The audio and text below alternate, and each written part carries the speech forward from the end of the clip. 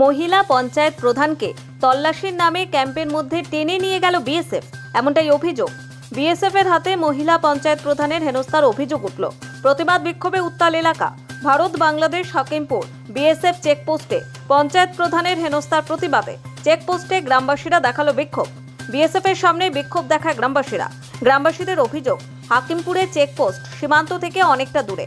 গ্রামের কয়েক হাজার মানুষ তারা প্রতিনিয়ত এখান থেকে যাতায়াত করে। অভিযোগ, বিএসএফ এর জওয়ানরা তল্লাশির নামে রীতিমতো গ্রামবাসীদের হয়রানি করে। শনিবার সন্ধ্যার পর স্থানীয় হাকিমপুর বিথারি পঞ্চায়েতের প্রধান জেসমিনা বিবি ও তাঁর স্বামী হুমায়ুন কবির চেকপোস্ট পার হয়ে দরকারে যাচ্ছিলেন। সেই সময় বিএসএফ জওয়ানরা তাদের কাটকায়। তারা নিজেদের পরিচয় দেওয়ার পরও প্রধানের স্বামীর গাড়ি তল্লাশি করে এবং মহিলা প্রধানকে তল্লাশি করার নাম করে তাদের ক্যাম্পের মধ্যে টেনে নিয়ে যায় বলে অভিযোগ।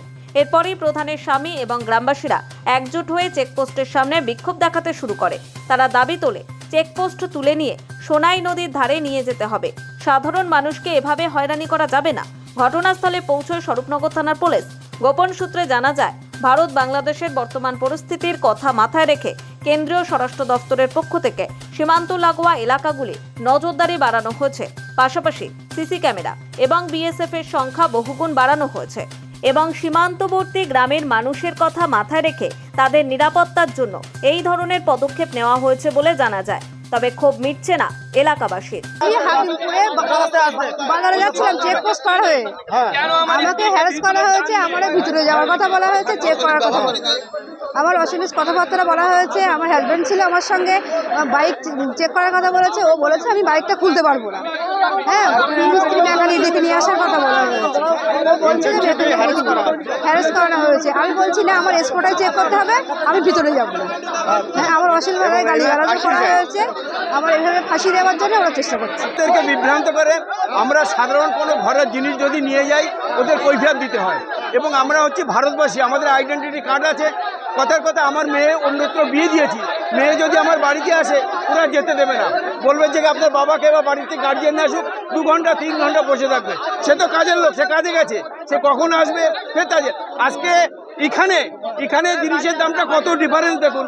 আজকে চেকপোস্টের ওই পাশে 1 কিলো চিনির দাম হচ্ছে 45 টাকা, আর আমাদের এখানে নিচ্ছে ওরা কত 80 টাকা 90 টাকা। বাংলাদেশের দামে আমাদের এখানে জিনিস কিনতে হয় এবং বিএসএফ এখানে স্মাগলিং করাচ্ছে।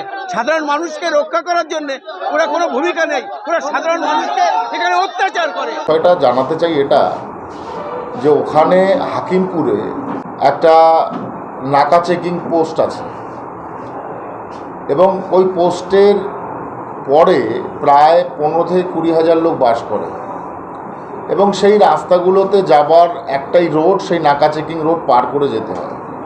তো সাধারণ মানুষের যে নিত্য প্রয়োজনীয় খাবার জিনিসপত্র সেটা নিতে গেলে তাদের অনেক অসুবিধা হয়।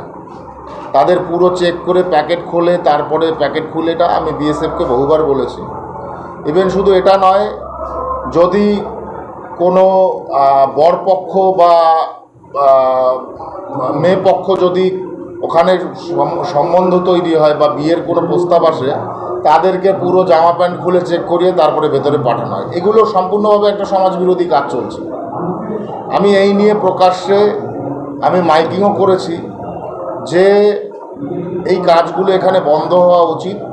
Bureau report, Nobel Bangla.